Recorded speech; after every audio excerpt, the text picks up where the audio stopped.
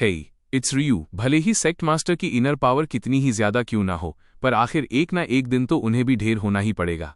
असली मसला ये था कि उन्हें रास्ते से हटाने के बाद गद्दी पर बैठने का हक सिर्फ उसी का था, लेकिन अब कल्ट के अंदर दो गुट बन चुके थे, एक जो उसका सपोर्ट कर रहे थे और दूसरे वो जो नए यंग मास्टर के साथ थे। उसे पता था कि उसे अपनी पावर मजबूत करने के लिए ज्यादा से ज्यादा सपोर्ट चाहिए होगा। हालांकि 1 साल का टाइम किसी यंग मास्टर के लिए अपनी खुद की सेना या इन्फ्लुएंस खड़ा करने के लिए काफी नहीं है, पर उसने मन ही मन ठान लिया था कि जो कोई भी उस नए यंग मास्टर के साथ खड़ा होगा वो उसे कुचल देगा, फिर चाहे उसे ली वेन मिंग की तरह किसी को रिश्वत देनी पड़े, असासिन भेजकर चुपके से शिकार करना पड़े या फिर खुद अपने हाथों से खून बहाना पड़े, कोई भी उसके हाथों से कल्ट की गद्दी नहीं छीन पाएगा। अगले दिन माहौल एकदम टाइट था। डिवाइन कल्ट के बड़े बड़े दिग्गज, डीमन किंग्स और डीमन लॉर्ड्स सब के सब वहां पहुंच चुके थे। आज का दिन बहुत बड़ा था क्योंकि आज ऑफिशियली यंग मास्टर के नाम का ऐलान होने वाला था। डीमन लॉर्ड जू जोंगबी, जिन्हें सील डीमन बॉक्सिंग किंग के नाम से भी जाना जाता है, वो पिछले कुछ समय से कल्ट से बाहर थे, इसलिए उन्हें इस नए यंग मास्टर के बारे में ज्यादा कुछ पता नहीं था। तभी उनके मिलिट्री एडवाइजर शंग गुआनजी ने तुरंत आगे बढ़कर उन्हें सारी सिचुएशन ब्रीफ की। जू जोंगबी थोड़े सख्त मिजाज के इंसान थे, पर यू एक्सिंग के कारनामों के बारे में सुनकर उन्हें सब कुछ शीशे की तरह साफ हो गया। इसी बीच शांग गुआनजी की नजर पास ही खड़े वाइस मास्टर सू वेनबो पर पड़ी। उन्होंने मजे लेने के लिए पूछ लिया, वैसे वाइस मास्टर, आपका यू एक्सिंग के बारे में क्या ख्याल है? सू वेनबो ने बस एक फीकी सी हंसी और बात टालते हुए बोले कि वो सेक्ट मास्टर के फैसले पर कोई कमेंट करने की हिम्मत नहीं कर सकते। उसकी ये बात सुनकर शांग गुआनजी मन ही मन हंसने लगे, क्योंकि उन्हें पता था कि इस खामोशी के पीछे कोई बड़ा तूफान छुपा है। जू वेनबो एक नंबर का शातिर बुढ़ा था, जो कल्ट में हमेशा लो प्रोफाइल रहकर काम करता था और चेहरे पर ऐसी नकली मुस्कान रखता था जैसे उससे शरीफ कोई है ही नहीं। शंग गुआनजी को पहले से ही शक था कि कल्ट में आजकल जो भी गड़बड़ चल रही है उसके पीछे इसी बुढ़े का हाथ है, पर बिना किसी पक्के सबूत के वो कुछ कर नहीं पा रहा था। अभी शांग गुआनजी ये सब सोच ही रहा था कि अचानक हवा में एक अजीब सा भारी दबाव महसूस हुआ और सेक्ट मास्टर तियानहुई वहां प्रकट हो गए। उन्हें डिवाइन पैलेस की सबसे ऊंची गद्दी पर बैठा देख पास खड़े जू वेनबो ने झुककर सलाम तो किया, पर अंदर ही अंदर उसकी फटी जा रही थी, क्योंकि तियानहुई के चेहरे पर जहर का कोई असर ही नहीं दिख रहा था। उसका मन तो कर रहा था कि एकदम पास जाकर उनके चेहरे को गौर से देखे कि आखिर जहर ने कितना असर किया है, पर उसे पता था कि इतने पावरफुल बंदे पर जहर का पूरा असर होने में कम से कम 6 महीने तो लगेंगे, इसलिए उसने फौरन अपना ये इरादा बदल दिया। जैसा कि आप सबको पता ही है, तियानहुई ने हाथ के इशारे से सबको शांत होने को कहा। जैसे ही उनकी आवाज गूंजी, महल के दरवाजे के पास खड़ी एक रहस्यमयी लड़की उठी और उसने बड़े बड़े दरवाजे खोल दिए। बाहर यू एक्सिंग खड़ा था, जिसका स्वैग ही अलग लेवल पर लग रहा था। वो तेजी से आगे बढ़ा और सीधे तियानहुई के सामने जाकर घुटनों के बल बैठ गया और बोला, सेक्ट मास्टर को मेरा प्रणाम। दोनों ने एक दूसरे की आंखों में देखा और तियानहुई के चेहरे पर एक सुकून भरी मुस्कान आ गई। उसी पल तियानहुई ने सबके सामने ऐलान कर दिया कि आज से यूनशिंग इस कल्ट का नया यंग मास्टर है, और अगर किसी को भी इससे कोई दिक्कत है तो उसे हमेशा के लिए रास्ते से हटा दिया जाएगा। जैसे ही सब फाइनल हुआ, चारों तरफ हेवनली डीमन कल्ट के पहले हेवनली डीमन और अब तक के सभी पूर्व कल्ट मास्टर्स की पेंटिंग्स नीचे आ गईं। यू एक्सिंग ने उन सबको 3 बार झुककर सम्मान दिया और फिर अपने मास्टर तियानहुई के सामने भी 3 बार सिर झुकाया। उन दोनों ने सबके सामने एक साथ शपथ ली और गुरु शिष्य का पवित्र रिश्ता कायम किया। इसी के साथ यू एक्सिंग अब ऑफिशियली हेवनली डीमन कल्ट का यंग मास्टर बन गया और तियानहुई का पर्सनल डिसाइपल भी। सच कहूं तो सच्चे और नेक दिखने वाले उन ढोंगी मार्शल आर्ट्स गुटों से बदला लेने के रास्ते में ये उसकी लाइफ का सबसे बड़ा और जरूरी टर्निंग पॉइंट था। मुझे अपना चेला बनाने के बाद तियानहुई ने मुझे कल्ट की खास कल्टीवेशन टेक्निक सिखाने और हेवनली डीमन पैलेस की सीक्रेट स्किल्स मास्टर करने में मदद करने की तैयारी शुरू कर दी। पर उससे पहले उन्होंने मुझे एक और कमाल की कल्टीवेशन मेथड सिखाई, जिसका नाम था रेड हार्ट। उन्होंने मुझे समझाया कि जो डार्क फ्लावर टेक्निक मैंने पहले सीखी थी, अगर उसे इस रेड हार्ट के साथ कंबाइन कर दिया जाए तो वही असल में हेवनली डीमन पैलेस की फाउंडेशन बनती है। अभी तो बस शुरुआत थी, क्योंकि इसके बाद मुझे हेवनली डीमन पैलेस की पूरी मार्शल आर्ट सीखनी थी। मास्टर ने बताया कि जब मैं ये सब सीख लूं और मेरी बॉडी के अंदर से सेक्रेड फ्लेम निकलने लगे, तभी मैं सेक्रेड फ्लावर को हासिल करने के काबिल बन पाऊंगा और असल मायनों में मेरी ट्रेनिंग पूरी होगी। मैंने बस हाँ में सिर हिला दिया। इसके बाद उन्होंने मुझे बैठने को कहा ताकि वो इन टेक्निक्स को जल्दी समझाने के लिए अपनी ट्रू क्यूआई मेरी बॉडी में ट्रांसफर कर सकें। वो चाहते थे कि मैं उनकी ट्रू क्यूआई के फ्लो को करीब से महसूस करूं और अपनी कल्टीवेशन को नेक्स्ट लेवल पर ले जाऊं। लेकिन भाई, जो हुआ उसने मुझे पूरी तरह चौंका दिया। जब सेक्ट मास्टर मेरी इनर पावर को चैनल करने में मदद कर रहे थे तो उनकी एनर्जी मेरी बॉडी के अंदर रेड हार्ट सिन्फे जिन्फा के हिसाब से मूव होनी चाहिए थी। पर असली शॉक तो तब लगा जब मैंने महसूस किया कि उनकी एनर्जी का फ्लो लगभग वैसा ही था जैसा मेरी अपनी बनाई हुई जेनहुआ ची टेक्निक का है। अब आप सोच रहे होंगे कि ये जेनहुआ ची क्या बला है। असल में ये मेरा अपना एक यूनिक फ्यूजन है जिसमें मैंने स्पीयर सेक्ट के वज्रा कौशल और डीमन कल्ट के डार्क फ्लावर को मिलाया था और बाद में वुलू से मिली उस बेनाम स्किल को भी इसमें ऐड कर दिया था। ये कॉम्बिनेशन किसी टॉप टियर मार्शल आर्ट्स के लेवल का है, लेकिन सेक्ट मास्टर की एनर्जी और मेरी एनर्जी के बीच की ये सिमिलैरिटी एकदम नेक्स्ट लेवल थी। खासकर रेड हार्ट की एनर्जी का एंड पॉइंट और वुलू वाली उस बेनाम स्किल का फ्लो दोनों मेरी नसों में बिल्कुल एक जैसे तरीके से दौड़ रहे थे। इधर सेक्ट मास्टर तियानहुई को भी कुछ अजीब महसूस होने लगा था। देखो, रेड हार्ट कोई ऐसी वैसी स्किल नहीं है, इसे सिर्फ सेक्ट मास्टर की ब्लडलाइन वाले या फिर यंग मास्टर ही सीख सकते हैं। लेकिन जब वो यूएक्सिंग की बॉडी के अंदर एनर्जी को सेटल कर रहे थे तो सब कुछ इतना स्मूथ था जैसे यूएक्सिंग ने सालों से रेड हार्ट की प्रैक्टिस की हो। उन्होंने कंफर्म करने के लिए कुछ एक्यूपंक्चर पॉइंट्स को चेक किया और ये तो साफ हो गया कि यूएक्सिंग ने रेड हार्ट अलग से नहीं सीखी है। तभी अचानक तियानहुई की नज़र यूंगसिंग के वेपन लोंग या बाइये स्पीयर पर पड़ी।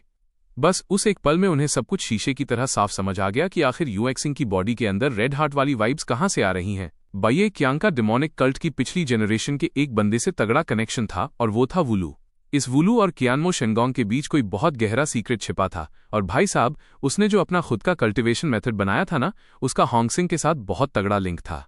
तियानहुई को अब जाकर पूरी बात समझ आ गई थी।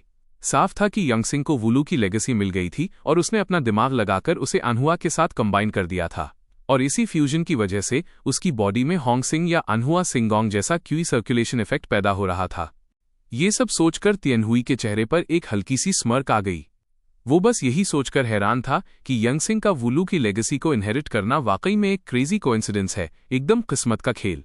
हाँ, ये बात और है कि तियानहुई को अभी भी लग रहा था कि यंगसिंग ने वुलू की छोड़ी हुई असली कोर टीचिंग्स को पूरी तरह से ग्रास्प नहीं किया है। लेकिन एक बार जब यंगसिंग पूरी तरह से शेंगलिंग सिंह बन जाएगा और वुलू के मेथड का यूज करके शेंगहुआ को मास्टर कर लेगा, तब जाके उसे वुलू और तियानमो शेंजिंग का असली सच समझ आएगा। और कौन जानता है, शायद उसे एनर्जी सर्कुलेट करने का कोई एकदम नया और ओवरपावर्ड तरीका भी मिल जाए। खैर, एनर्जी सर्कुलेशन का वो प्रोसेस खत्म होने के बाद तियानहुई ने यंगसिंग को अपने हाल पर छोड़ दिया ताकि वो खुद होंगएक्सिंग की सर्कुलेशन को प्रैक्टिस करके उसमें एक्सपर्ट बन सके। और भाई, लिटरली कुछ ही देर बाद यंगसिंग की बॉडी से निकलने वाली इंटरनल एनर्जी फ्लक्चुएशंस को महसूस करके तियानहुई को सब समझ आ गया। यंगसिंग ने इतनी जल्दी होंगसिंग कल्टिवेशन मेथड को सीखना और मास्टर करना शुरू कर दिया था और वो उसे पूरी तरह से अपनी खुद की स्किल बना रहा था। मतलब सीरियसली, इतने कम टाइम में इस लेवल तक पहुंच जाना, ये लड़का पक्का कोई मॉन्स्टर है। जिस बात ने मुझे सच में सोचने पर मजबूर कर दिया वो ये थी कि पहले ही दिन तियानहुई ने मुझे तियानमो शेंगोंग का बेसिक इंट्रोडक्शन पकड़ा दिया और भाई साहब, दूसरे ही दिन उसने मुझे पूरी तियानमो शेंगोंग सिखा भी दी। मुझे ऐसा लग रहा है जैसे वो बहुत कम टाइम में मुझे अपनी सारी मार्शल आर्ट सिखाने के लिए उतावला हो रहा है। मतलब आखिर इतनी जल्दी क्या है? सच बताऊं तो जब से मैं डिमोनिक कल्ट का यंग मास्टर बना हूं, कल्ट लीडर तियानहुई का बर्ताव कुछ ऐसा ही इंटेंस हो गया है। सबसे पहले तो उसने निंजन फेंग का यूज करके मेरी सारी इंटरनल एनर्जी को पूरी तरह से सील कर दिया और फिर मुझे एकदम घुप अंधेरे में धकेल दिया। उस अंधेरे में अनगिनत हिडन ट्रैप्स लगे हुए थे जिन्हें वो खुद कंट्रोल कर रहा था। ये ट्रैप्स लगातार लाल रंग में डूबे हुए कपड़ों जैसी अजीब सी चीजें मेरी तरफ शूट कर रहे थे। और मेरा काम क्या था? अपनी जीरो विजन के बावजूद अपनी जान बचाकर उन चीजों को बस डॉज करना। एक ही ट्रेनिंग सेशन खत्म होते होते हालत ये हो गई थी कि मेरा पूरा शरीर उन लाल कपड़ों के डाई से पूरी तरह रंग चुका था। तियानहुई ने मुझे बताया कि इस ब्रूटल ट्रेनिंग का मकसद मुझे उस लेवल तक पुश करना है जहां मेरी इंटरनल एनर्जी पूरी तरह से खत्म हो जाने के बाद भी मेरे अंदर लड़ने की स्ट्रेंथ बाकी रहे, क्योंकि उस पॉइंट पर मैं सिर्फ अपने हाथ में पकड़े वेपन और अपनी पुरानी हार्डकोर ट्रेनिंग से मिली रॉ स्टैमिना पर ही भरोसा कर सकता हूं। और अब चाहे मेरी बॉडी कितनी भी बुरी तरह से थक क्यों न जाए, मुझे इस लिमिट को पार करना ही होगा और हर हाल में जीतना होगा। मैंने उसकी बात पर बस सिर हिलाया, वो लाल रंग से सने हुए कपड़े उतारे और एक फ्रेश क्लीन आउटफिट पहन लिया, बस ये जताने के लिए कि मैं अगले राउंड के लिए पूरी तरह से रेडी हूं। मेरे इस एटीट्यूड को देखकर वो काफी सैटिस्फाइड लग रहा था। लेकिन यार, इससे पहले कि मैं चैन की सांस भी ले पाता, मेरे चारों तरफ का माहौल फिर से एकदम पिच ब्लैक हो गया और ये हेलिश ट्रेनिंग देर रात तक ऐसे ही बिना रुके चलती रही। मैं जमीन पर धड़ाम से गिर पड़ा और बुरी तरह से हाँफने लगा। पहले मुझे अपनी स्ट्रेंथ और स्किल्स पर थोड़ा बहुत कॉन्फिडेंस था कि हाँ भाई, अपन भी कुछ हैं। लेकिन तियानहुई की इस ब्रूटल ट्रेनिंग के बाद जब मैंने उन लाल कपड़ों को देखा जो लिटरली मुझे छलनी करने वाले थे, तो मेरा सारा कॉन्फिडेंस एक ही झटके में हवा हो गया। और सबसे भयानक बात तो ये थी कि ये तियानहुई की स्पेशल ट्रेनिंग का सिर्फ पहला ही राउंड था। लेकिन तभी मेरे दिमाग में एक ख्याल आया। पास्ट के जितने भी तियानमो थे, कल्ट लीडर बनने से पहले उन सबने भी तो यही हार्डकोर ट्रेनिंग झेली होगी ना। ये सोचते ही मेरे अंदर से वो नेवर गिव अप वाली स्पिरिट फिर से जाग उठी। और वैसे भी अगर मैं इतनी सी दिक्कत भी पार नहीं कर सकता तो फिर अपने मास्टर का नाम रोशन करने का सपना तो मुझे भूल ही जाना चाहिए। तो भाई, पूरे 15 दिनों की जीतोड़ मेहनत के बाद मेरी बॉडी पर लगने वाले हैवी स्वॉर्ड अटैक्स अब घटकर सिर्फ 40% रह गए थे। और मैं सच में फील कर पा रहा था कि मेरी ओवरऑल स्ट्रेंथ पहले से काफी बढ़ चुकी है। ये देखकर मैं खुद को रोक नहीं पाया और मैंने गुस्से में या शायद फ्रस्ट्रेशन में तियानहुई को कुछ सुना दिया। पर तियानहुई, वो बस यंगसिंग को एक बहुत ही सैटिस्फाइड और प्राउड वाली नज़र से देख रहा था। इन पिछले 15 दिनों की ट्रेनिंग में यंगसिंग ने जो एटीट्यूड और टफनेस दिखाई थी, उसे देखकर तो तियानहुई खुद भी हैरान रह गया था। फिर वो चुपचाप यंगसिंग के पास आकर बैठ गया। उसने अपना हाथ आगे बढ़ाया, यंगसिंग के शरीर पर रखा और अपनी इंटरनल एनर्जी को फ्लो करना शुरू कर दिया। वो एनर्जी यंगसिंग के एक्यूपॉइंट से होते हुए उसकी मसल फटीग को दूर कर रही थी। इसके तुरंत बाद उसने मेरी तरफ एक पिल बढ़ाई। ये वुफेंग कीशु पिल थी, जो फिजिकली स्ट्रांग बनने और स्टैमिना बढ़ाने के काम आती है। इसका मैं काम ट्रेनिंग के दौरान यंगसिंग की एनर्जी युआंकी को फटाफट रिकवर करना था। ये सब करने के बाद तियानहुई ने अपना हाथ पीछे खींचा और मेरी बॉडी के अंदर से उस अनोइंग फेंकिंग को बाहर निकाल दिया। और फिर उसने मुझे बता ही दिया कि अब मैं सेकेंड राउंड के लिए रेडी हूं। हाँ, उसने ये भी क्लियर कर दिया कि फर्स्ट राउंड वाली ट्रेनिंग अभी भी कंटिन्यू रहेगी, मतलब चैन की सांस तो अभी भी नहीं मिलने वाली। जैसे जैसे मेरी स्ट्रेंथ बढ़ रही थी, ट्रेनिंग की इंटेंसिटी भी नेक्स्ट लेवल पर पहुंच गई। तो अब फर्स्ट स्टेज के उन सुपर फास्ट एरोस को डॉज करने के साथ साथ मेरी एंट्री सेकेंड स्टेज में भी हो गई थी। ये सेकेंड स्टेज लिटरली एक मजे की तरह था, जहां कल्ट लीडर कहीं भी छुपकर मुझ पर किसी भी वक्त अटैक कर सकता था।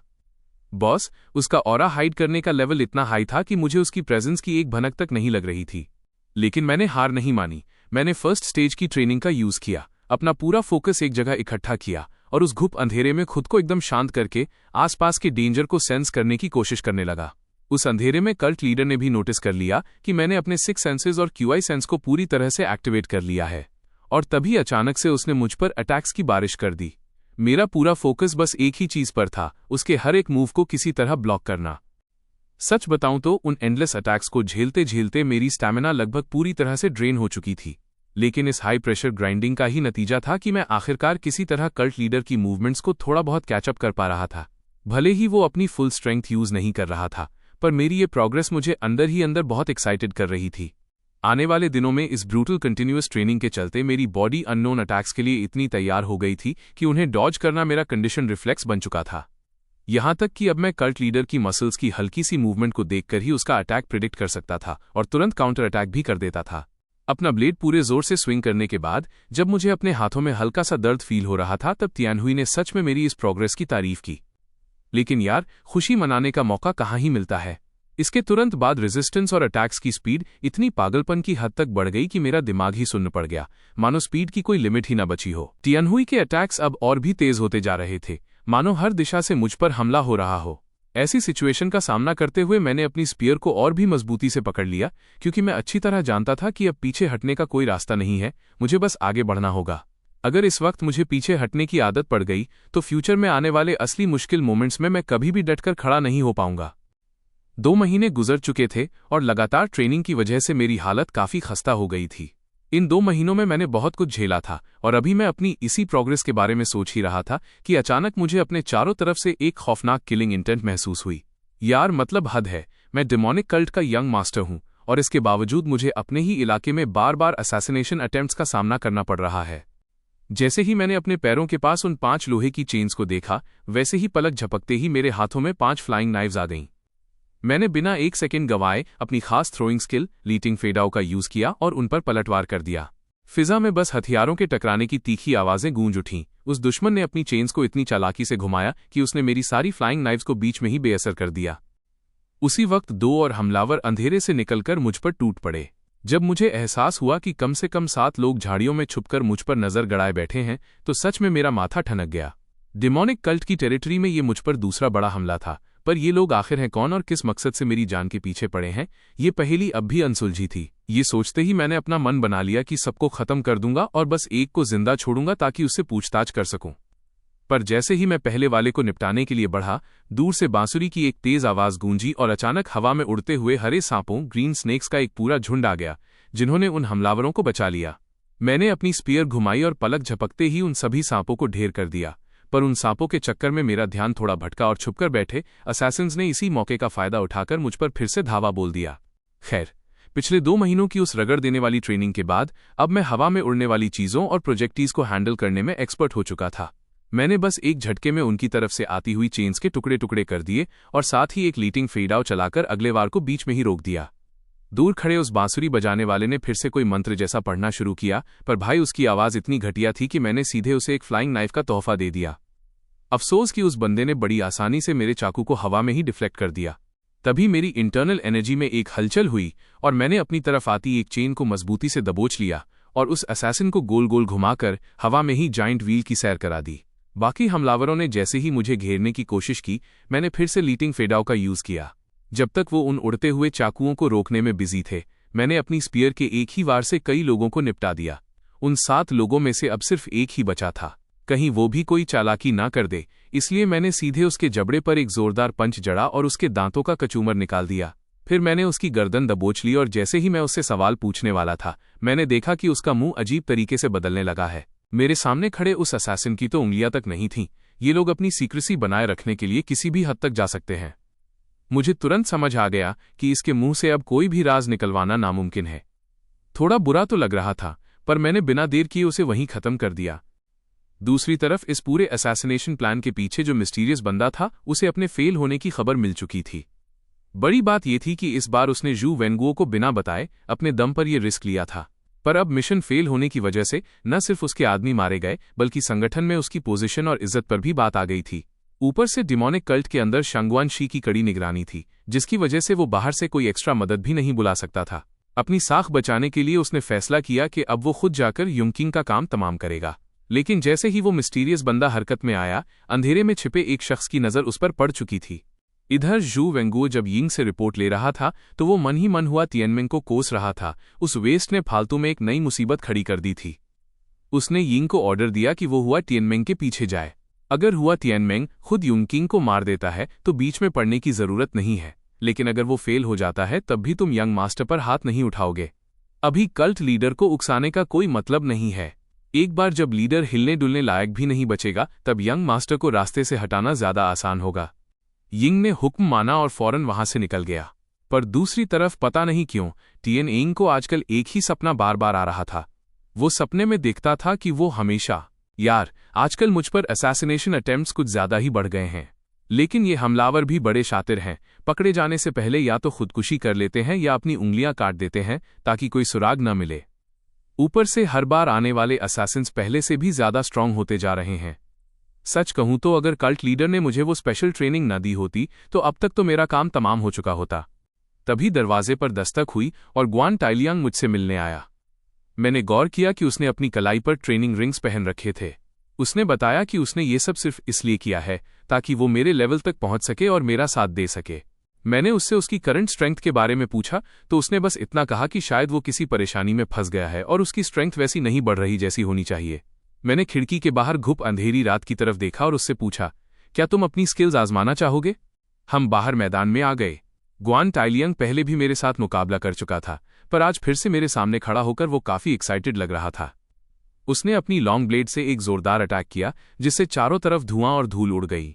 लेकिन जैसे ही धुआं हटा, मैंने उसके वार को ब्लॉक कर दिया था। उसने हार नहीं मानी और एक के बाद एक कई स्ट्राइक्स किए, पर मैं बिना किसी घबराहट के बस डॉज करता रहा। साथ ही मैं उसकी मूवमेंट्स को भी गौर से देख रहा था ताकि उसकी असली प्रॉब्लम को पकड़ सकूं।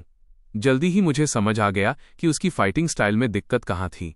जब उसके कई बार खाली गए तो ग्वान टाइलियांग को भी एहसास हो गया कि हमारे बीच का फासला अब बहुत बढ़ चुका है। वो थककर वहीं जमीन पर बैठ गया और मुझसे मेरी राय पूछी। मैंने बस जमीन पर एक लकीर खींचते हुए उसे जवाब देना शुरू किया। मैंने उसे समझाया कि जमीन पर खिंची ये लकीर उस बैरियर की तरह है जिसे उसने अभी अभी तोड़ा है, पर यह तो बस शुरुआत है। अभी उसे अपने रेल्म को और ज्यादा स्टेबल करने के लिए बहुत मेहनत करनी होगी। बातों बातों में सुबह हो गई और सूरज की पहली किरणें दिखाई देने लगीं। ग्वान टाइलियांग ने मेरी सलाह के लिए शुक्रिया अदा किया और काफी देर तक मेरा टाइम खराब करने के लिए माफी भी मांगी।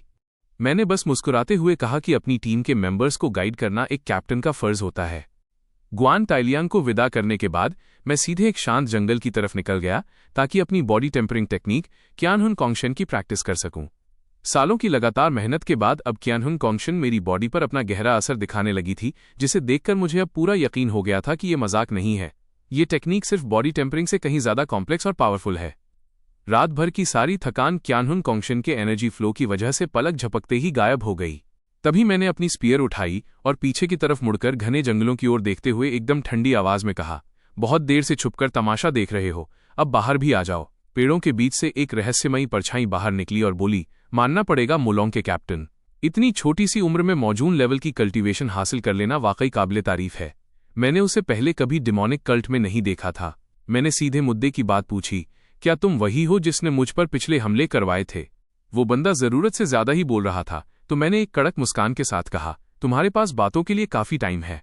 खैर, अच्छी बात यह है कि तुम्हारे हाथ पैर सही सलामत हैं और तुम बोल भी सकते हो, तो मुझे लगता है कि तुम्हें आधा मरा करने के बाद काफी राज उगलवाए जा सकते हैं। मेरी बात खत्म होते ही मैं और वो मिस्टीरियस बंदा बिजली की रफ्तार से एक दूसरे से भिड़ गए। सिर्फ एक ही राउंड हुआ था और मैं लिटरली हैरान रह गया।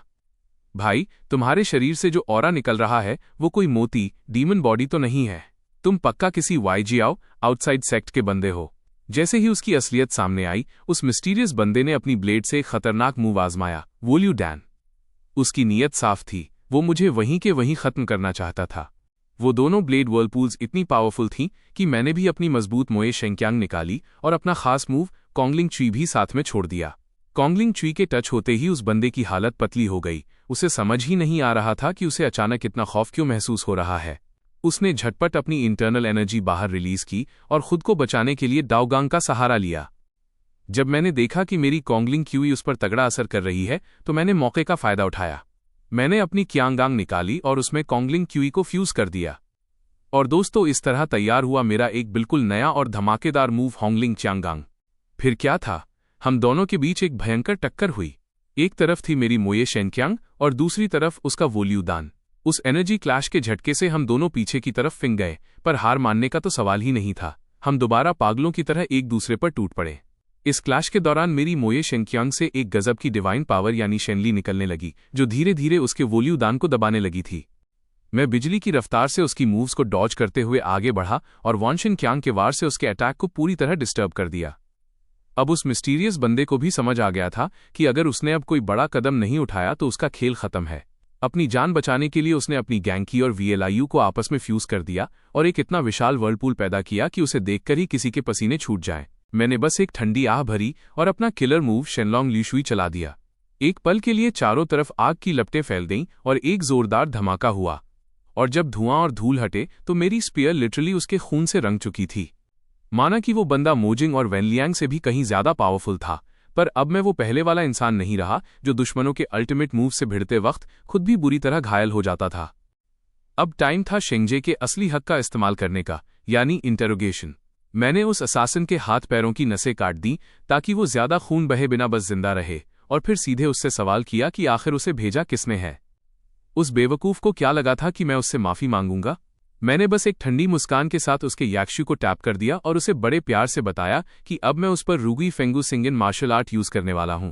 ये ऐसी खतरनाक टेक्निक है जिसमें इंसान पूरी तरह होश में रहता है और उसकी हड्डियां एक एक करके धीरे धीरे टूटने लगती हैं। मैंने उसे क्लियर कह दिया कि अगर मन बदल जाए तो वो मुझे कभी भी बता सकता है। वो मिस्टीरियस बंदा मन ही मन मुझे कोस रहा होगा कि भाई, जब याक्शु दबाकर मेरी आवाज ही बंद कर दी है तो मैं बोलूंगा कैसे? बड़ा लाओ लियू शातिर निकला ये तो। मैं बस खामोशी से उसे तब तक देखता रहा जब तक मुझे लगा नहीं कि वो अपनी बर्दाश्त की लिमिट तक पहुंच गया है। जैसे ही मैंने उसके याक्शु को अनसील किया, वो फौरन बोलने लगा, मैं सब उगल दूंगा, मैं टियन का आदमी हूं। पर इससे पहले कि वो अपनी बात पूरी कर पाता, हवा को चीरती हुई एक सनसनाती आवाज आई और एक लॉन्ग सॉर्ड अचानक से वहां आ पहुंची जो सीधे जाकर धंस गई। वो तलवार सीधे उस मिस्टीरियस बंदे के शरीर में जा धंसी और एक ही झटके में उसका काम तमाम कर दिया। ये देखकर मेरे होश उड़ गए। आसपास कोई और भी छिपा हुआ था और मुझे भनक तक नहीं लगी। मैंने तुरंत उस दिशा में देखा जहां से वो फ्लाइंग सॉर्ड आई थी। अपनी इंटरनल एनर्जी का यूज करके मैंने तेज हवा का एक झोंका पैदा किया जिससे सामने की झाड़ियां हट गईं और वहां एक नकाबपोश आदमी दिखाई दिया। लेकिन अगले ही पल उसके शरीर से काला धुआं निकला और वो बंदा हवा में गायब हो गया। दूसरी तरफ यिन की रिपोर्ट सुनने के बाद वाइस कल्ट लीडर जू वेंगुओ ने संतोष से सिर हिलाया। उसे लगा कि यिन ने सही किया। यंग मास्टर को उनके प्लान्स का पता चलने देने से बेहतर था कि उस मिस्टीरियस बंदे को रास्ते से ही हटा दिया जाए। बस दिक्कत ये थी कि उस बंदे की मौत के बाद अब उनके पास कोई ऐसा पार्टनर नहीं बचा था जो डिमोनिक कल्ट पर कब्जा करने में उनकी मदद कर सके, इसलिए उन्हें अपनी ताकत और बढ़ानी होगी। जू वेंगुओ ने यिन की तरफ देखते हुए पूछा कि क्या वुलू मोजू में कोई ऐसा भरोसेमंद बंदा है जो उनके काम आ सके। यिन ने साफ मना कर दिया और कहा कि वुलू मोजू में अभी भी बहुत से लोग ये मानने को तैयार नहीं हैं कि यिन ही वुलू का पुनर्जन्म है, इसलिए जल्दबाजी में कोई भी कदम उठाना भारी पड़ सकता है। जू वेंगुओ ने एक ठंडी आह भरी। जब खुद वुलू मोजू का बंदा ऐसा कह रहा था तो उसके पास बात मानने के अलावा कोई चारा नहीं था। इधर कल्ट लीडर के साथ मेरी स्पेशल ट्रेनिंग अभी भी जारी थी। मेरी रिफ्लेक्सेस को टेस्ट करने के लिए हर तरफ से अनगिनत हिडन वेपन्स मुझ पर बरस रहे थे। जैसे ही मैंने अपनी फुर्ती से उन सारे वेपन्स को हवा में ही उड़ा दिया, कल्ट लीडर ने अपना हाथ हिलाया और इशारा किया कि आज के लिए इतना काफी है। अब बारी थी ट्रेनिंग की सेकेंड स्टेज की, जहां मुझे कल्ट लीडर से बहुत गहरा एनालिसिस मिल रहा था। उन्होंने मुझे समझाया कि फर्स्ट स्टेज वाली सेंसिंग एबिलिटी हासिल करने के बाद अब मुझे दुश्मन की मूवमेंट्स को प्री प्रिडिक्ट करना सीखना होगा। अगर मैं ये टेक्निक मास्टर कर लेता हूं तो मैं अपनी स्किल्स के दम पर उन दुश्मनों को भी धूल चटा सकता हूं जिनकी इंटरनल एनर्जी मुझसे कहीं ज्यादा हाई है। इसके अलावा अपनी ब्रीदिंग को कंट्रोल में रखना भी बहुत जरूरी था। जब कल्ट लीडर ने मुझे जमीन पर पटक दिया तो मुझे एहसास हुआ कि जो बातें वो कह रहे हैं वो मुझे पता तो थीं, पर उन्हें प्रैक्टिकल तरीके से अप्लाई करना ही असली खेल है। उनके डेमोन्स्ट्रेशंस ने इन टेक्निकल पॉइंट्स की मेरी समझ को और भी गहरा कर दिया। मुझे साफ महसूस हो रहा था कि मैं पहले से काफी स्ट्रांग हो गया हूं, यहां तक कि मुझे ऐसा लगने लगा था कि अगर कल्ट लीडर मुझे ऐसे ही गाइड करते रहे तो मैं सच में इनविंसिबल बन जाऊंगा। पर हकीकत तो ये थी कि दिन ब दिन वही घिसी पिटी मेहनत करने के बाद भी मैं कल्ट लीडर को एक खरोंच तक नहीं मार पा रहा था। मेरी थकावट देख उन्होंने ट्रेनिंग पर पॉज लगाया, मेरी तरफ एक पिल फेंकी और सीधे सवाल किया, तुम आखिर इतनी हड़बड़ी में क्यों हो? मेरी सांसें अभी भी उखड़ी हुई थीं, तो उन्होंने अपना हाथ हिलाकर मेरी ब्रीदिंग को सेटल करने में मदद की। उन्होंने आगे कहा, तुम्हें प्रैक्टिस करते देख ऐसा लगता है जैसे कोई तुम्हारा पीछा कर रहा हो। तुम अपनी मेहनत में जान तो झोंक रहे हो, पर तुम्हारे अंदर वो ठहराव और काम नदारद है। आखिर तुम रिलैक्स क्यों नहीं हो पा रहे? जब उन्होंने मेरे मन की बात ताड़ ली तो मैंने शर्म से अपना सिर झुका लिया। सच तो ये है कि मैंने खुद को हजारों बार समझाया कि इतना बेताब ना हूं, पर मैं क्या करूं? जब भी मैं आंखें बंद करता हूं, मेरे सामने पिछले जन्म के मेरे मास्टर का चेहरा आ जाता है और साथ ही उन दुश्मनों की शक्लें भी घूमने लगती हैं। बदला लेने की वो आग मेरे अंदर इतनी तेज है कि मेरा दिल बस जल्द से जल्द सब कुछ ठीक कर देने के लिए तड़प उठता है। अगर तुम नहीं बताना चाहते तो कोई बात नहीं, मत बताओ, तियानहुई ने बहुत ही शांति से कहा। मैंने उनकी तरफ देखा और पहली बार उन्हें मास्टर कहकर पुकारा। जी मास्टर, पर क्या मैं पूछ सकता हूं कि आप खुद इतनी जल्दबाजी में क्यों हैं? पर यह सवाल पूछते ही मुझे पछतावा होने लगा, क्योंकि ये सीधे सीधे उनकी पर्सनल लाइफ में दखल देने जैसा था। तियानहुई के चेहरे के हाव भाव थोड़े बदले, पर उन्होंने बस इतना ही कहा, मैंने कहा था ना, अगर कुछ नहीं बताना चाहते तो मत बताओ। मेरे साथ भी वैसा ही है। तभी नजारा बदला और सामने एक लड़की दिखाई दी जो चारों तरफ से भयंकर आग की लपटों से घिरी हुई थी। पर ताज्जुब की बात यह थी कि उसे एक खरोंच तक नहीं आई, क्योंकि उसे तियानमो शेंगियाओ की नई सेंटेस चुना गया था। अब यार, इस कल्ट में सेंटेस बनने का मतलब है कि आपको अपनी पूरी लाइफ टियानमो और धर्म के नाम करनी होगी। इसका मतलब ये नहीं कि वो सीधा टियानमो की वाइफ बन जाएगी। अगर उसे वो खास अटेंशन या फेवर नहीं मिला तो वो बस एक खाली महल में अपनी पूरी जिंदगी अकेले गुजार देगी। जबकि दूसरी तरफ टियानमो जब चाहे अपनी नई लाइफ सेट कर सकता है। सबसे बड़ी दिक्कत यह है कि कोई भी लड़की सेंटेस बनने से मना नहीं कर सकती। इनका सिलेक्शन शेंगफो करते हैं, जिनके अंदर पहले टियानमो की वसीयत और ताकत समाई होती है। अगर कोई मना करे तो ये पूरे कल्ट की बुनियाद हिलाने जैसा है और उसका अंजाम बहुत ही दर्दनाक होता है। लेकिन सेंटेस बनना हमेशा बुरा भी नहीं होता। मिसाल के तौर पर जो अभी करंट सेंटेस है, 40 साल पहले उसके घर की हालत बहुत खराब थी और उसके 5 छोटे भाई थे। सिर्फ उसके सेंटेस बनने की वजह से ही उसकी पूरी फैमिली उस कड़ाके की ठंड में मरने से बच पाई थी। एक तरह से देखा जाए तो वो पवित्र आग ही उस सेंटेस के लिए सब कुछ थी। लेकिन अब करंट सेंटेस को एहसास हो चुका था कि उनके पास ज्यादा वक्त नहीं बचा है और वो आगे अपनी सेवा जारी नहीं रख पाएंगी। इसीलिए उन्होंने सेंटेस की शक्ति से प्रार्थना की कि एक नई उत्तराधिकारी को चुन लिया जाए। शायद उनकी पुकार सुन ली गई थी, क्योंकि तभी पवित्र आग की लपटें तेजी से भड़क उठीं और एक विशाल फायर ड्रैगन की शक्ल में महल के ऊपर आसमान को चीरती हुई निकल गईं। ये आग की चिंगारियां सीधे उसी दिशा में गिरीं जहां अगली सेंटेस मौजूद थीं। उसी वक्त टियन एंग खिड़की के पास बैठी दूर आसमान में चमकती रोशनी को देख रही थी। उसके मुंह से बस इतना निकला, वाह कितना सुंदर है। पर उसे क्या पता था कि वो फायर ड्रैगन सीधे उसी की तरफ आ रहा है। वो घबराकर कमरे के अंदर भागी, लेकिन उस आग ने हवा में ही रास्ता बदला और उसका पीछा करने लगी। घबराहट में बेचारी जमीन पर गिर पड़ी और देखते ही देखते वो पवित्र रोशनी उसके सामने जल उठी। अगले ही पल भयानक लपटों ने उसे घेर लिया और पूरा बायुनग्वान उस आग की चपेट में आ गया। दूसरी तरफ कल्ट लीडर तियानहुई को भी खबर मिली कि नई सेंटेस चुन ली गई है, पर जब उन्हें पता चला कि वो नई सेंटेस कोई और नहीं बल्कि उनकी अपनी बेटी है तो उनके पैरों तले जमीन खिसक गई। जब वो भागते हुए बायुनग्वान पहुंचे तो उन्होंने देखा कि आग की उन लपटों के बीच टियन एंग को पवित्र शक्ति ने चारों तरफ से घेर रखा है। उसे देख टियान एंग ने हल्का सा झुककर कहा, पिताजी? नहीं, मेरा मतलब है कल्ट लीडर। ये सुनकर तियानहुई के कंधे कांपने लगे और उन्होंने बस इतना ही कहा, पहले बाहर आ जाओ।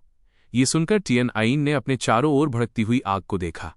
वो थोड़ी हेजिटेंट थी, तभी एक शांत आवाज गूंजी, डरो मत, यह आग किसी को नुकसान नहीं पहुंचाएगी। अचानक आग की लपटें बीच से अलग हो गईं और एक रास्ता बन गया जिसमें से एक शख्स बाहर आया।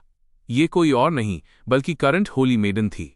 वो सीधे टियन एन के पास आई और बोली, ये होली फायर यहाँ आपका वेलकम करने और आपको प्रोटेक्ट करने के लिए है मिस, क्योंकि आपको हेवनली डीमन गॉड कल्ट की नई होली मेडन के रूप में सिलेक्ट कर लिया गया है।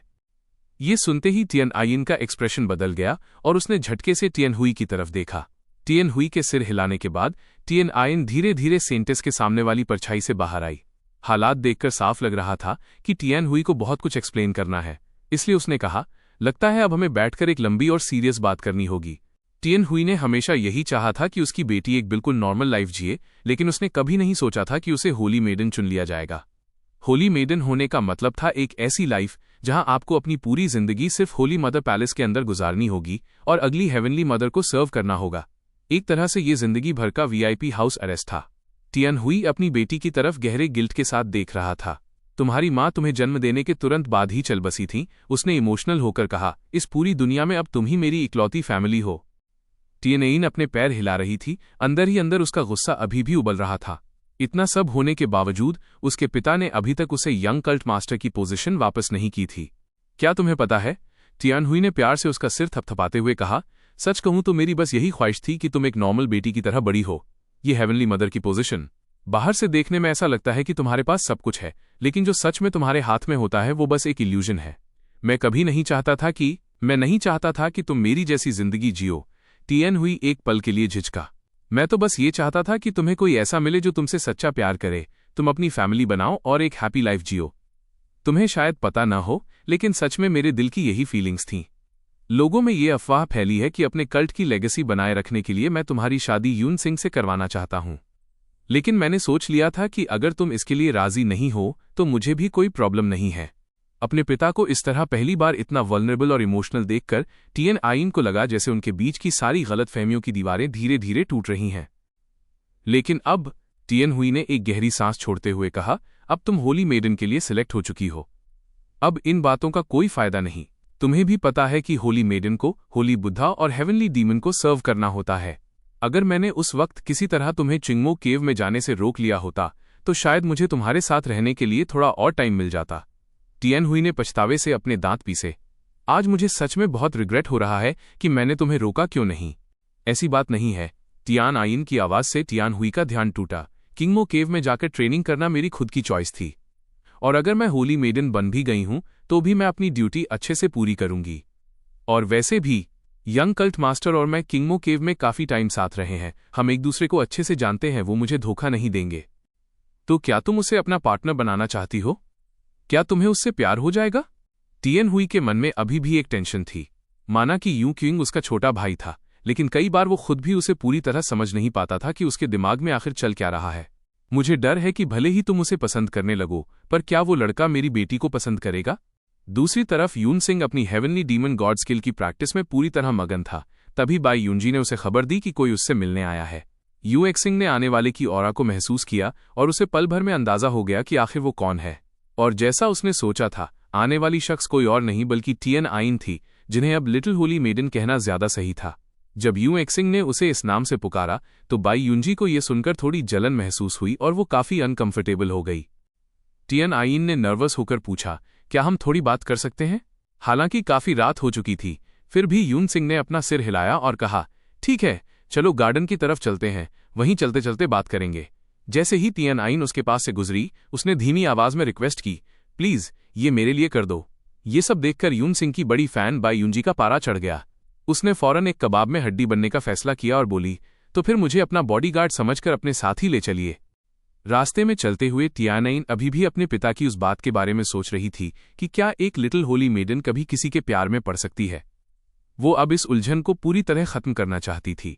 उसने बात शुरू करते हुए कहा, मुझे होली मेडन बनना ही होगा। आखिर होली फायर ने मुझे चुना है तो ये तो होना ही था। युनसिंग ने एक बेफिक्र और कूल अंदाज में उसकी तरफ देखा, जैसे उसे इन सबसे कोई फर्क नहीं पड़ता। तभी उसने सीधे मुद्दे की बात पूछी, क्या तुम्हें पता है कि एक होली मेडन को सिर्फ तुम्हारे लिए ही बनाया गया है? टियानाइन ने बड़ी कोमल आवाज में कहा, होली मेडन का काम होली मदर और हेवनली किंगडम की सेवा करना है, तो तुम मुझे किस नज़र से देखते हो? मैं यंग कल्ट मास्टर और होने वाला कल्ट मास्टर होने के नाते उसकी बातों के पीछे का मतलब अच्छे से समझ रहा था, लेकिन मेरे दिल और दिमाग में सिर्फ रिवेंज चल रहा था। मेरा दुश्मन कोई एक इंसान नहीं बल्कि पूरी ऑर्थोडॉक्स मार्शल आर्ट्स दुनिया थी। पर जाहिर है ये बात मैं उसे अभी बता नहीं सकता था। मैंने बस इतना कहा, मेरे पास करने के लिए अभी बहुत से जरूरी काम है। यहां तक कि अगर मैं आगे चलकर कल्ट मास्टर बन भी गया तो भी मुझे यकीन नहीं कि मैं वो सब हासिल कर पाऊंगा जो मैं चाहता हूं। इसलिए जिस तरह के इमोशंस या रिश्ता तुम मुझसे चाहती हो वो मैं तुम्हें अभी नहीं दे सकता। बाकी सारी बातें तब होंगी जब मैं अपने मकसद पूरे कर लूंगा।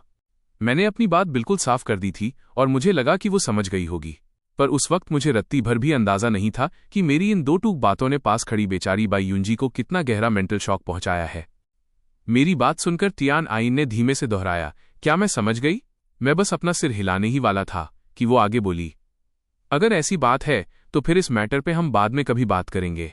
मुझे उम्मीद नहीं थी कि वो इसे इतनी कैजुअल तरीके से लेगी। इससे पहले कि मैं कोई जवाब दे पाता वो बड़े रिलैक्स अंदाज में वहां से चली गई। उसे विदा करने के बाद मैं सीधा अपने कमरे में वापस आ गया और पूरे फोकस के साथ जेनहुआ क्यांगजी और अनहुआ होंगसिन की कल्टीवेशन शुरू कर दी। लेकिन एक चीज जो मुझे लगातार खटक रही थी वो थी जेनहुआ क्यांगजी के अंदर वूलू द्वारा छोड़ा गया वो रहस्यमयी हार्ट लॉ। हैरानी की बात तो ये थी कि ये अनहुआ होंगसिन की एनर्जी को अपनी तरफ खींच रहा था। कल्टीवेशन के दौरान एनर्जी का फ्लो नेचुरल होना ही सबसे सही रहता है, इसलिए मैंने भी इसे वैसे ही छोड़ दिया। देखते ही देखते नीले और बैंगनी रंग की ये दोनों पावर्स आपस में टकराकर और बड़ी होने लगीं। आखिर में मेरे शरीर के अंदर एक ऐसी एक्सट्रीम पावर पैदा हुई कि मुझे लगा जैसे मेरे आसपास की हर चीज कांप रही है। अपनी बॉडी में आ रहे इस चेंज को फील करते ही मेरे चेहरे पर एक स्माइल आ गई, क्योंकि मैं समझ गया था कि ये आखिर कैसी पावर है। ये हेवनली डीमन गॉड स्किल के उस अल्टीमेट लेवल का एहसास था जिसका सबको इंतजार रहता है। इसके साथ ही मैं शेंगलोंग शिंगजी की स्किल्स की भी प्रैक्टिस करने लगा था। एक तरफ जहां सरकारी दफ्तर अपने रोज के कामों में लगे थे और एक दूसरे के मामले में दखल नहीं दे रहे थे, वहीं दूसरी तरफ आज का सम्राट इस बात की प्लानिंग कर रहा था कि पूरे वुलन यानी मार्शल आर्ट्स वर्ल्ड को कैसे जड़ से मिटाया जाए। ये सारा मामला 1 साल पहले शुरू हुआ था, जब मार्शल आर्ट्स की दुनिया में एक जबरदस्त मास्टर लिंगवांग जियांडी लिू क्यांगमिंग के बारे में पता चला। क्योंकि वो एक ऑर्थोडॉक्स यानी नेक इंसान थे, इसलिए उनकी विरासत को पूरी मार्शल आर्ट्स दुनिया के लिए एक मिसाल माना गया। लेकिन उस खजाने और विरासत पर कब्जा करने के लिए मार्शल आर्ट्स के लोगों के बीच ऐसी खूनी जंग छिड़ी कि बात जान पर बनाई। आखिरकार जब लिंगवांग जियांडी की उस सीक्रेट तिजोरी का दरवाजा खुला और उसमें फंसे लोगों को बाहर निकाला गया, तब लोगों को एहसास हुआ कि उनके साथ बहुत बड़ा प्रैंक हो गया है। उस सीक्रेट वॉल्ट में मौजूद सारी चीजें और खजाना पूरी तरह से नकली था। जैसे ही ये खबर मिली, हमारे लिए तो ये एक बहुत बड़ा सरप्राइज और सरदर्द बन गया, और इस पूरे खेल के पीछे कोई और नहीं बल्कि इंपीरियल फैमिली यानी रॉयल खानदान था।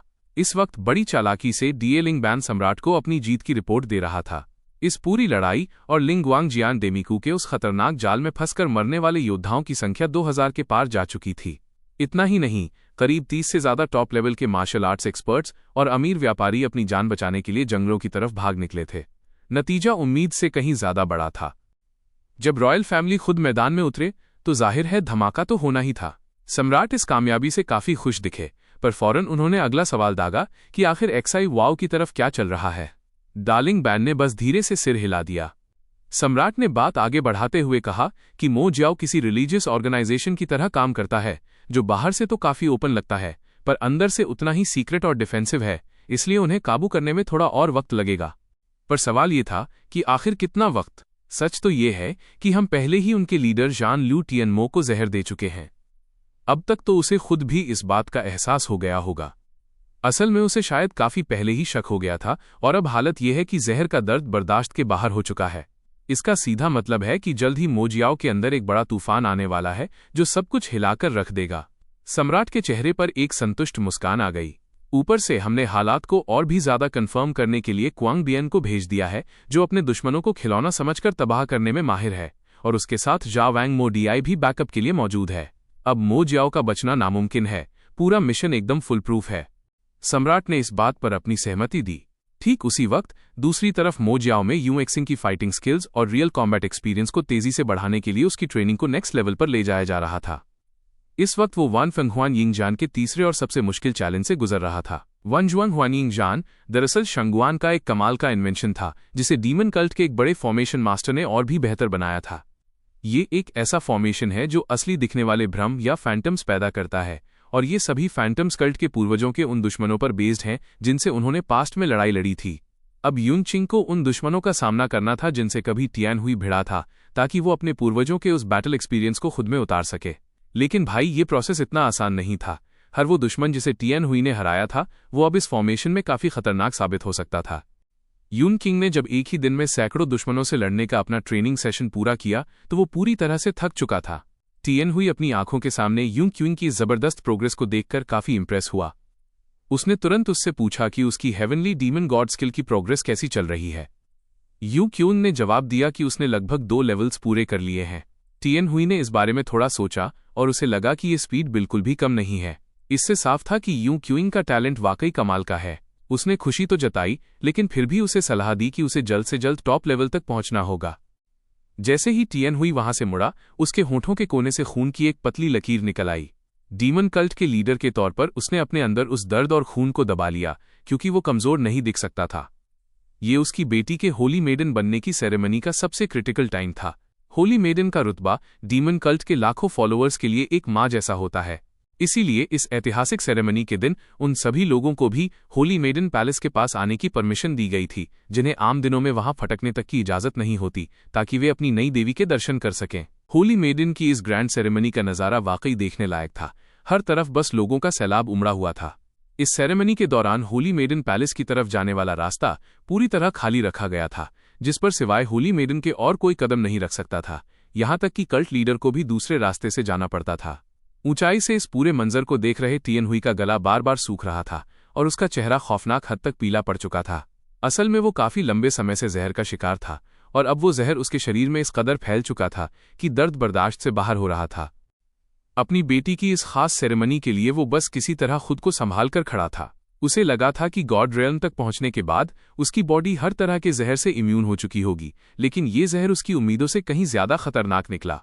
रणनीतिकार शांगुआन जी ने इसे ठीक करने के लिए एड़ी चोटी का जोर लगा दिया, पर कोई हल नहीं मिला, जिस वजह से टियान हुई को बस इसे सहना पड़ रहा था। यही वजह थी कि उसकी देखरेख में यू एक्सिंग की पावर तो तेजी से बढ़ रही थी, पर फिर भी उसे चैन नहीं था और वो हमेशा जल्दबाजी में रहता था। अब ये सेरेमनी अपने आखिरी पड़ाव पर पहुंच चुकी थी। बस एक आखिरी स्टेप बाकी था। जैसे ही होली मेडन उस होली फ्रूट को बीच वाले जीतन ऑल्टर पर रखती, ये रस्म पूरी हो जाती। टियान हुई ने अपने दांत पीसते हुए खुद को समझाया कि बस थोड़ी देर और, बस थोड़ा सा सब्र और करना है। लेकिन अगले ही पल उसके मुंह से खून का फव्वारा छूटा और वो सीधे घुटनों के बल जमीन पर गिर पड़ा। वहां मौजूद भीड़ में से कोई कुछ नहीं बोला, लेकिन उसी वक्त वाइस कल्ट मास्टर जू वेनबो के चेहरे पर एक अजीब सी शातिर मुस्कान तैर गई। दूसरी तरफ टियान हुई की हालत बहुत ज्यादा खराब हो चुकी थी। वो मौत के मुंह से बस बाल बाल बचा था। हालात देखकर गोस्ट डॉक्टर ने एक गहरी सांस ली और बताया कि कल्ट लीडर के शरीर में जहर बहुत बुरी तरह फैल चुका है। डॉक्टर ने आगे कहा, फिलहाल वो थोड़ी देर के लिए होश में आए हैं, आप लोग शांति से अंदर जाकर उनसे मिल सकते हैं। कमरे में पहुंचते ही सबने देखा कि टियान हुई बेड पर लेटा हुआ था। उसके चेहरे पर वो पुरानी चमक और रुतबा अब कहीं नजर नहीं आ रहा था। उसे इस हालत में देखकर टियान इन फौरन दौड़कर अपने पिता के पास पहुंची। अपनी बेटी को देखकर टियान हुई ने शांगुआन जी की ओर देखा और माफी मांगते हुए कहा, सॉरी मिलिट्री एडवाइजर, मैं और ज्यादा खुद को रोक नहीं पाया। ये सुनते ही टियानाइन ने गुस्से में शांगुआन जी से सवाल किया कि आखिर पिता को इतना खतरनाक जहर कब से है और उसने ये बात छिपाई क्यों। मुश्किल से तो पिता और बेटी के बीच सब ठीक हुआ था और अब ये नया पहाड़ टूट पड़ा। उसे दोष मत दो, टियान हुई ने अपनी बेटी की बात काटते हुए उसे शांत करने की कोशिश की। मैंने ही उसे मना किया था कि तुम लोगों को कुछ न बताए, क्योंकि ये जहर दुनिया के सबसे रेयर जहरों में से एक है और मिलिट्री एडवाइजर ने इसे ठीक करने की पूरी कोशिश की है। उसने हिम्मत जुटाते हुए आगे कहा, सब ठीक हो जाएगा, मैं अभी संभाल सकता हूं और मिलिट्री एडवाइजर भी कोई न कोई रास्ता निकाल ही लेंगे। तभी यूं क्यूइंग भी आगे बढ़ा। उसे देखकर टियान हुई ने धीमी आवाज में कहा, ओह तुम आ गए। यूं क्यूइंग ने दुखी मन से कहा, जी कल्ट लीडर, आपका चेला आ गया है। इस पर टियान हुई ने उसे टोकते हुए कहा, मैंने कितनी बार कहा है कि मुझे मास्टर बुलाओ। यू चिंग ने भरे हुए गले से जवाब दिया, जी मास्टर, और वो चिंता भरी नजरों से अपने गुरु की बिगड़ती हालत को देखता रहा। टीचर। ये शब्द सुनकर टियन हुई के चेहरे पर एक हल्की सी मुस्कान आ गई, लेकिन अगले ही पल उसने अपना सिर झुका लिया और बड़े अफसोस के साथ बोला, सॉरी, तुम्हारा ये मास्टर इस जहर के सामने आज बहुत बेबस महसूस कर रहा है। शर्म की बात है कि मैं एक छोटी सी बीमारी तक को नहीं हरा पा रहा हूँ। यू एक्सिंग ने जब अपने मास्टर की बॉडी को गौर से देखा तो उसकी रूह कांप गई। टियन हुई का पूरा शरीर जहर से नीला पड़ चुका था, आंखें खून की तरह लाल थीं और पूरे बदन पर लाल रंग के अजीब से चकत्ते उभर आए थे। अचानक यू एक्सिंग को कुछ अजीब लगा। उसे एहसास हुआ कि टियन हुई के शरीर पर दिख रहे जहर के ये लक्षण ठीक वैसे ही थे जैसे उसके पिछले जन्म के मास्टर के शरीर पर उभरे थे। यही वो खतरनाक जहर था जिसने उसके पिछले जन्म में उसके मास्टर की जान ली थी और जिसकी वजह से उसका पूरा कल्ट दुश्मनों के हाथों तबाह हो गया था। पर सबसे बड़ा सवाल ये था कि आखिर ये जहर अब इस वक्त टियन हुई के शरीर तक पहुंचा कैसे। अभी वो सोच ही रहा था कि टियन हुई ने फिर से उसे आवाज दी, यून सिंह, जब तक मैं इस हालत में बिस्तर पर हूं तुम्हें कल्ट को संभालना होगा और मेरी बेटी आइन, उसे अब तुम्हारे हवाले करता हूं। मास्टर के मुंह से ऐसी बातें सुनकर यू एक्सिंग को एक अनजाना सा डर महसूस होने लगा। जैसे ही कल्ट लीडर की हालत और बिगड़ी और वो बेहोश होकर गिर पड़ा, पूरे कल्ट के अंदर पावर स्ट्रगल की जंग शुरू हो गई। देखते ही देखते पूरा डीमन कल्ट दो गुटों में बंट गया। एक तरफ यंग कल्ट मास्टर यून सिंह की साइड थी और दूसरी तरफ वाइस कल्ट मास्टर जू वेनबो की ताकत। माहौल इतना गर्मा गया था कि कल्ट के अंदर अपनी धाक रखने वाले पांचों ग्रेट डीमन वेनरेबल्स ने भी अब अपनी अपनी साइड चुन ली थी और एक बड़े टकराव की तैयारी शुरू हो गई थी। यून सिंह की साइड पर मास्टरमाइंड शांगुआन जी मौजूद था, जिसने बड़ी चालाकी से दो डीमन वेनरेबल्स को अपने पाले में कर लिया था। साथ ही उसने पहले से ही ऐसी सिचुएशन का अंदाजा लगा लिया था, इसलिए एक गॉड टियर वेपन का लालच देकर फेंगमेन शेनवैंग को भी अपनी टीम में शामिल कर लिया। अब यून सिंह के पास खुद को मिलाकर कुल 5 वेनरेबल लेवल के योद्धाओं का सपोर्ट था, जबकि दूसरी तरफ जू वेनबो के पास भी 5 डीमन वेनरेबल्स की ताकत थी। दोनों तरफ पलड़ा बराबर था, लेकिन ऐसी बराबरी में ही सबसे खतरनाक मोड़ आते हैं। असल में 10 ग्रेट डीमन वेनरेबल्स में से अभी एक आखिरी और सबसे खास शख्स बाकी था, रियुए वुशी। वो उम्र में सबसे बड़ा होने के साथ साथ सबसे ज्यादा इज्जत पाने वाला डीमन वेनरेबल था। शंगुआन जी ने कई बार उसे अपनी तरफ लाने की कोशिश की, पर रिजल्ट हमेशा 0 ही रहा। उसे करीब से जानने वालों का मानना था कि अब सिर्फ यू एक्सिंग का खुद वहां जाना ही बात बना सकता है। ये कहते हुए उसने एक गहरी नजर यून सिंह के बयान स्पीयर पर डाली। रियुए वुशी के ठिकाने की तरफ जाते हुए यून सिंह के दिमाग में बस यही चल रहा था कि आखिर जू वेनबो अचानक कल्ट मास्टर की गद्दी के लिए इतना उतावला क्यों हो गया है। अगर ये सिर्फ पावर की भूख है तो बात अलग है, लेकिन डीमन कल्ट का लीडर बनना इतना आसान नहीं होता। इसके लिए कुछ कड़े रूल्स फॉलो करने पड़ते हैं। पहली शर्त है इतनी जबरदस्त ताकत होना कि सब आपके सामने घुटने टेक दें, और इस मामले में वो और जू वेनबो दोनों ही बराबर के खिलाड़ी थे। दूसरी शर्त है खून का रिश्ता या लीगेसी। हालांकि जू वेनबो टियान फैमिली से नहीं था, लेकिन अगर वो टियान खानदान की किसी वारिस से शादी कर लेता तो उसकी दावेदारी को कोई चुनौती नहीं दे पाता। और जो आखिरी पॉइंट है वो सबसे ज्यादा क्रिटिकल है। कल्ट मास्टर बनने के लिए सबसे पहले हेवनली डीमन गॉड स्किल सीखना जरूरी है, लेकिन इसके सीक्रेट मंत्र हमेशा पिछला लीडर ही अपने वारिस को जुबानी तौर पर सिखाता है। अब सवाल ये था कि क्या जू वेनबो इतना पागल हो चुका है कि उसने कहीं और से ये हेवनली डीमन गॉड स्किल सीख ली है। यून सिंह जब लुये के पास पहुंचा तो उसे खबर मिली कि यहां पहले से ही कोई बिन बुलाया मेहमान आया हुआ है। उसे अंदाजा हो गया कि इस वक्त यहां सिर्फ जू वेनबो ही आ सकता है। साफ था कि दुश्मन भी वही गेम खेल रहा है जो यून सिंह खेलना चाहता था। उसने अंदर जाने के लिए कहा, लेकिन जैसे ही वो मोटाई के अंदर पहुंचा, अंधेरे से 7 नकाबपोश लोग बाहर निकल आए। ये जू वेनबो के खास गुर्गे थे, जिन्हें दुआनहुन शिजे यानी सोल ब्रेकर मैसेंजर्स कहा जाता था। सामने आते ही उन्होंने बड़े रोब से कहा कि वाइसकल्ट मास्टर का हुक्म है कि उनकी और रियुए मोशी की बातचीत में कोई भी दखल नहीं देगा। यह सुनकर यू एक्सिंग को हंसी आ गई। आखिर वो खुद यंग कल्ट मास्टर था और ये पालतू कुत्ते उसके सामने खड़े होकर भौंकने की हिम्मत कर रहे थे। उसने सीधे लफ्जों में कहा, दफा हो जाओ यहां से। लेकिन उन सोल ब्रेकर मैसेंजर्स ने पीछे हटने से साफ मना कर दिया। उनका कहना था कि भले ही यंग कल्ट मास्टर और वाइस कल्ट मास्टर का लेवल बराबर हो, पर वे सिर्फ अपने बॉस का हुक्म मानते हैं। इसलिए वे पत्थर की दीवार बनकर यूं क्यूइंग के सामने अड़ गए। अब जो कुत्ते बात नहीं मानते, उन्हें सबक सिखाने के लिए यूं क्यूइंग ने अपना भाला तैयार कर लिया। हवा में भाले की परछाई लहराई और बिजली की रफ्तार से उस ड्यूनहू शिजे के चेहरे के ठीक सामने पहुंच गई। लेकिन ऐन उसी वक्त एक आवाज गूंजी, रुक जाओ। जू वेनबो कमरे से बाहर निकलकर उनकी तरफ आया। यू सिंह ने फौरन उसकी पीठ के पीछे देखा। वहां रियुए मोशी कहीं नजर नहीं आ रहा था। वो तुरंत समझ गया कि ये सामने वाला बंदा रियुए मोशी को मनाने में बुरी तरह फेल हो चुका है। मुस्कुराते हुए उसने ताना मारा, जू वेनबो, तुम्हारे कुत्ते पालने का तरीका वाकई बहुत घटिया है। इतना सुनते ही दोनों के बीच तनाव और बढ़ गया और हवा में एक दूसरे की पावर का प्रेशर महसूस होने लगा। पर तभी अंदर से बूढ़े रियुए मोशी की आवाज आई, अरे ओ लड़के, मेहमान को अंदर आने दो।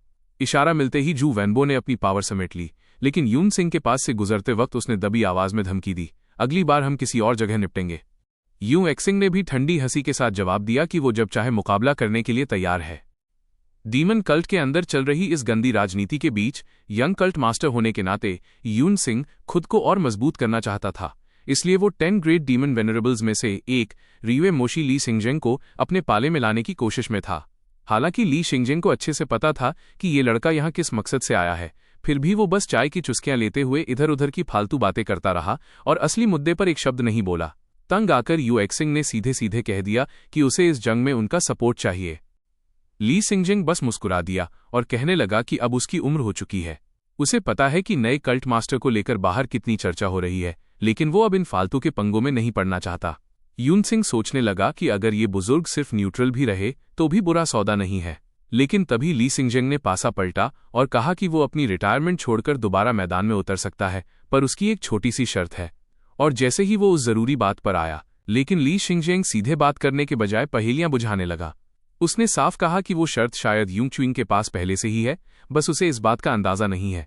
ये कहते हुए उसकी नज़र यून चिंग के हथियार लोंग या बइये स्पीयर पर जा टिकी और उसने बड़े रहस्यमयी अंदाज में कहा कि ये भाला वाकई काफी खास है। ली शिंगजेंग की नज़रों को भांपते हुए यून किंग को शक हुआ कि बुजुर्ग जरूर कुछ ऐसा जानते हैं जो वो नहीं जानता। आखिर ये भाला उसने कल्ट के मैजिक वेपन डिपार्टमेंट से हासिल किया था और इसमें वूलू की विरासत छिपी थी, तो क्या इस बुजुर्ग को भी वूलू के बारे में सब पता है? इससे पहले कि यून चिंग कुछ और पूछ पाता, ली शिंगजेंग मुस्कुराते हुए बोला, इस भाले को पाना तुम्हारी किस्मत थी यंग कल्ट मास्टर, पर देखना यह है कि ये किस्मत तुम्हें कहां तक ले जाती है। इतना कहकर उसने कंफ्यूज्ड खड़े यून चिंग को विदा कर दिया। जैसे ही वो वहां से निकला, एक गुप्त कमरे में हलचल हुई। वहां खड़े शंगिन और वाइस कल्ट मास्टर के एक खास आदमी ने ली शिंगजेंग से पूछा, आपने दोनों को देख लिया, आपको क्या लगता है कि वे कैसे हैं? भले ही वे दोनों अलग अलग गुटों के थे, पर वे ली सिंगजेंग के ही अंडर काम करते थे। बुजुर्ग ने गहरी सोच में डूबते हुए कहा, वाइस कल्ट मास्टर के पास जो पावर्स हैं वे काफी अलग हैं, लेकिन यंग कल्ट मास्टर के पास जो है उसमें कोई फर्क नहीं है। फिर एक लंबी आह भरते हुए उसने कहा, अभी हमें थोड़ा इंतजार करना होगा। आखिर हम वूमो और टियनमो के वंशज हैं और वो दिन जरूर आएगा जब असली वारिस दुनिया के सामने होगा, चाहे वो यंग कल्ट मास्टर हो, वाइस कल्ट मास्टर हो या फिर कोई और। ठीक इसी वक्त जू वेनबो का चेहरा गुस्से से तमतमाया हुआ था और वो अपनी आंखें मूंदे कुछ सोच रहा था। जैसे ही उसने अपना हाथ आगे बढ़ाया, उसकी उंगलियों के बीच से एक अजीब सी ग्रे कलर की आग यानी ग्रे फ्लेम निकलने लगी। अगर यून सिंह इस वक्त यहां होता तो उसके होश उड़ जाते, क्योंकि ये हेवनली डीमन गॉड स्किल से निकलने वाली पवित्र आग यानी होली फायर थी। लेकिन आमतौर पर दिखने वाली लाल आग के बजाय ये ग्रे होली फायर थी, जिसे वुलू होली फायर के नाम से जाना जाता है। यही वो इकलौती चीज थी जिससे रियुए मोशी ली सिंगजेंग को अपने पाले में किया जा सकता था। पर बदकिस्मती से ये ग्रे होली फायर पूरी नहीं थी, बल्कि सिर्फ आधी थी, और इसी वजह से ली सिंगजेंग ने उसका साथ देने से मना कर दिया था। वैसे इस ग्रे आग का इस्तेमाल करना जान जोखिम में डालने जैसा था, लेकिन कल्ट मास्टर की गद्दी हथियाने के लिए जू वेनबो इसके बैकलैश को भी बर्दाश्त करने के लिए तैयार था। तभी उसे खबर मिली कि कोई खास मेहमान उससे मिलने आया है। आने वाला शख्स जहवांग मोदी था, जो कल्ट पर कब्जा करने में उसकी मदद कर रहा था। जहवांग मोदी ने आते ही इशारा किया कि वो उसके लिए कुछ खास लाया है। जैसे ही काले कपड़े को हटाया गया, नीचे से एक अजीब सा दिखने वाला ट्रूप यानी दस्ता निकला। जू वेनबो ने उसे गौर से देखा। उसकी धड़कनें तो नहीं चल रही थी, पर उसमें एक अजीब सी हलचल महसूस हो रही थी और उससे एक हल्की सी खतरनाक ऑरा निकल रही थी। अपनी नॉलेज के दम पर वो तुरंत समझ गया कि यह एक ब्लड प्लाज्मा कॉर्प्स यानी खून से बना हुआ जिंदा मुर्दा है। जवांग मोदी ने शान से बताया कि उसने डीमन कल्ट में आने के बाद एक सेकंड क्लास मास्टर का इस्तेमाल करके इसे तैयार किया है, और एक बार ब्लड प्लाज्मा कॉर्प्स बन जाने के बाद इसकी ताकत कई गुना बढ़ गई है। तो भाई लोग, आज का वीडियो बस यहीं तक, लेकिन टेंशन मत लो, कहानी अभी खत्म नहीं हुई है, इसके और भी कई चैप्टर्स बाकी हैं। अगर आपको ये वीडियो पसंद आया और आप चाहते हैं कि मैं इसका नेक्स्ट पार्ट भी जल्दी से अपलोड कर दूं, वीडियो को लाइक ठोक दो और चैनल को सब्सक्राइब कर लो।